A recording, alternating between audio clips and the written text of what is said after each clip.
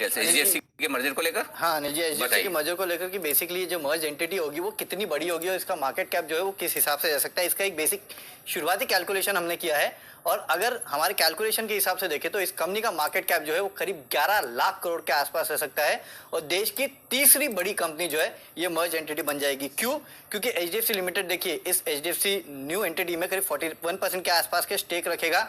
उस लिहाज से अगर आप देखेंगे फिलहाल एचडीएफसी बैंक का मार्केट कैप जो है वो करीब 8.7 लाख करोड़ है, एचडीएफसी लिमिटेड का 4.62 लाख करोड़ है। एचडीएफसी लिमिटेड के करीब 181.1 करोड़ शेयर्स है। इस लिहाज से अगर आप जो स्वैप रेशियो दिया है वो करेंगे तो एचडीएफसी बैंक के पास कुल मिला के 304 करोड़ शेयर्स होंगे। अभी के और आने वाले शेयर्स मिला दे तो कुल मिला के 755 करोड़ शेयर्स होंगे। और इसमें दिया हुआ है कि जो प्रमोटर्स है उनके शेयर जो है वो एक्सटिंग्विश हो जाएंगे, यानी कि एचडीएफसी बैंक में जो एचडीएफसी लिमिटेड का हिस्सा है वो हट जाएगा, वो हटेगा, यानी कि 86 करोड़ शेयर जो है वो हट जाएंगे। उस लिहाज से अगर आप देखेंगे तो कुल जो बचेंगे वो 755 करोड़ में से 86 करोड़ हटा दीजिए तो 669 करोड़ शेयर बचेंगे। उस लिहाज से जो मार्केट कैप निकल के आता है वो करीब 11 करोड़ का आता है। प्रोफोर्मा अगर आप देखेंगे तो 11 करोड़, हाँ 11 लाख करोड़। अनिल जी अभी देख के ऐसा लगता है ना कि करीब 13.5 लाख करोड़ के आसपास का मार्केट कैप होगा, लेकिन उतना नहीं होगा क्योंकि प्रमोटर्स के शेयर्स उड़ जाएंगे एचडीएफसी बैंक में से। इसके लिए अगर आप देखेंगे तो मार्केट कैप जो है करीब 11 लाख करोड़ के आसपास का होगा। और डिटेल्स जब निकल के 11 लाख मतलब तीसरी सबसे बड़ी रिलायंस, टीसीएस, एचडीएफसी कंबाइंड, जो भी नाम दिया जाए, एचडीएफसी कंबाइंड, एचडीएफसी कंबाइंड। वाह राइट, क्या मर्जर है यार, मतलब गजब गजब, बिल्कुल। इसको कहते हैं कि वेल्थ कैसे बढ़ती है इन्वेस्टर। ये एक ऐसा एग्जांपल है जो मार्केट में उतरने के पहले लोगों को देखना, पढ़ना, सुनना, समझना चाहिए। एब्सोल्युटली। कैसे लॉन्ग टर्म में अच्छी क्वालिटी के स्टॉक्स जहाँ कॉर्पोरेट गवर्नेंस बेस्ट हो, जहाँ पर बिजनेस मॉडल साउंड हो, अच्छा अपनी टर्म्स कंडीशन में बिजनेस करते हैं, एब्सोल्युटली सोचिए। और वो कंपनियां जो वेल्थ क्रिएट करती है, ये इन्वेस्टर, आप बिलीव नहीं करेंगे, मैं इतने इन्वेस्टर्स को मिला हूं जिनके पास एचडीएफसी लिमिटेड या एचडीएफसी बैंक के शेयर है, वो रिजल्ट तक नहीं देखते क्वार्टरली। हमें बेचना ही नहीं है, बेचना ही नहीं है, बिल्कुल। बोले इसको क्या बेचना, इसको तभी बेचना है जब मतलब बाकी सब घर में सोना बेचने की नौबत आ जाए तब। इस तरह का कंफर्ट कॉन्फिडेंस जब लोगों का होता है तब उनकी वेल्थ भी वैसी बनती है। आइए इसी मेगा मर्जर पर बात करने के लिए ओमकारा कैपिटल से वरिंदर बंसल हमारे साथ कार्यक्रम में शामिल। गुड मॉर्निंग, स्वागत है आपका। सबसे पहले बताएं कितना सिग्निफिकेंट, कितना बड़ा ये मर्जर है और इससे क्या कुछ बदलने वाला है देश के बैंकिंग और हाउसिंग फाइनेंस सेक्टर में? सर देखिए ये ट्रेडिशनली क्या है ना, बहुत सारे जो हमारे बड़े हाउसेज है ना, वो कुछ भी करके जो पुरानी आदतें है ना कि हमारे एक कोई होल्डिंग कंपनी रही है, होल्डिंग कंपनी रही है, होल्डिंग कंपनी रही है, तो इसलिए वो होल्डिंग कंपनी रह जाती है। बट कभी भी हमने देखा नहीं है कि उसको अमेलगामेट कर देते हैं। मेरे ख्याल में एक अडानी ग्रुप ने क्या किया था, जिसमें जब होल्डिंग कंपनी को पूरा बांट दिया था और सबको उतने उतने शेयर दे दिए थे। आज इंडिया में सर आपको होल्डिंग कंपनीज बहुत मिल जाएंगी, जो जैसे वो ग्रासिम हुआ, चाहे वो बजाज फिनसर्व हुआ, चाहे वो बजाज होल्डिंग हुआ और एचडीएफसी लिमिटेड हुआ। तो ये पुराने जो किए हुए हैं, स्ट्रक्चर्स बनाए हुए हैं, उसको बहुत कम लोगों ने एक स्ट्रक्चर में लेकर आए हैं। सो कुडोस टू एचडीएफसी ग्रुप कि उन्होंने ये सोचा कि चलो ठीक है कि हाँ भी होल्डिंग कंपनी को किस तरीके से सिंप्लीफाई कर दिया जाए, और ये जैसे आप बोल रहे हो इंडस्ट्री के लिए, सबके लिए बहुत अच्छा है। बट सर मैं एक छोटा सा चीज बोलना चाहूंगा इसमें कि अगर आप मर्जर के पहले कल अगर आप देखते तो एचडीएफसी लिमिटेड में एक्चुअली जो डिस्काउंट है ना सर, अगर मैं एचडीएफसी एएमसी का वैल्यू भी ले लेता हूं या लाइफ का वैल्यू ले लेता हूं, तो ऑलमोस्ट वो 40-50% डिस्काउंट पे ट्रेड करता था HDFC limited. I don't know कि जब आपने ये स्वैप रेशियो दे दिया ना, आप जो स्वैप रेशियो सुबह भी बोल रहे थे मेरे ख्याल में, जिसका रेशियो कुछ 25 और 42 शेयर है, तो उसमें आपने लॉक कर दिया, यू हैव लॉक्ड कि आपको इतना शेयर मिलेगा, इतना एचडीएफसी बैंक का।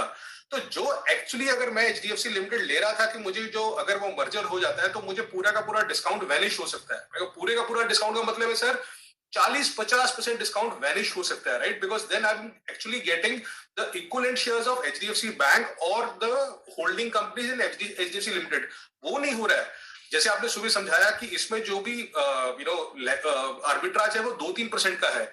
So it's a good thing sir, but ये अगर स्वैप रेशियो नहीं डाला होता ना सर, तो एचडीएफसी लिमिटेड यहाँ से 30-40% भी ऊपर भाग सकता था। एक्चुअली वो ज्यादा अच्छा होता शेयर होल्डर्स के लिए, जो नहीं हुआ मेरे हिसाब से।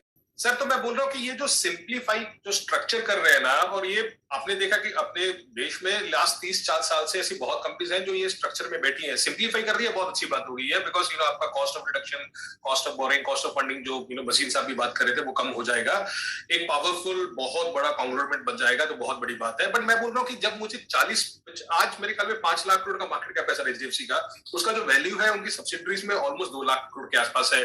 तो अगर मैं उसको लेता हूं तो मुझे कम से कम मेरे ख्याल में 40% डिस्काउंट के आसपास एचडीएफसी लिमिटेड ट्रेड कर रहा था।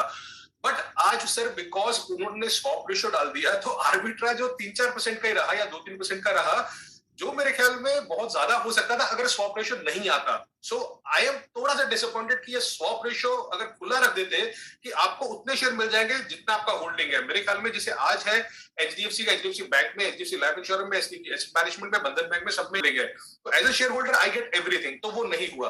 दूसरा पॉइंट सर, बहुत बहुत फंड जो है वो एचडीएफसी लिमिटेड पे अंडर ओन्ड है, तो आज आई एम श्योर जो वो लार्ज कैप फंड हाउसेज है सर वो बहुत परेशान होंगे, बिकॉज वो अंडर ओन्ड थे एचडीएफसी लिमिटेड पे, उनके पास एचडीएफसी बैंक ही था। तो इसलिए आप देखेंगे कि बहुत सारा बाइक आएगा एचडीएफसी लिमिटेड में। बट एज ए सेड, अगर वो स्वैप रेशियो नहीं होता सर तो एचडीएफसी लिमिटेड यहाँ से कुछ भी हो सकता था आगे जाके, बिकॉज वो पूरे का पूरा 30-40% का आपको करीब मिलता।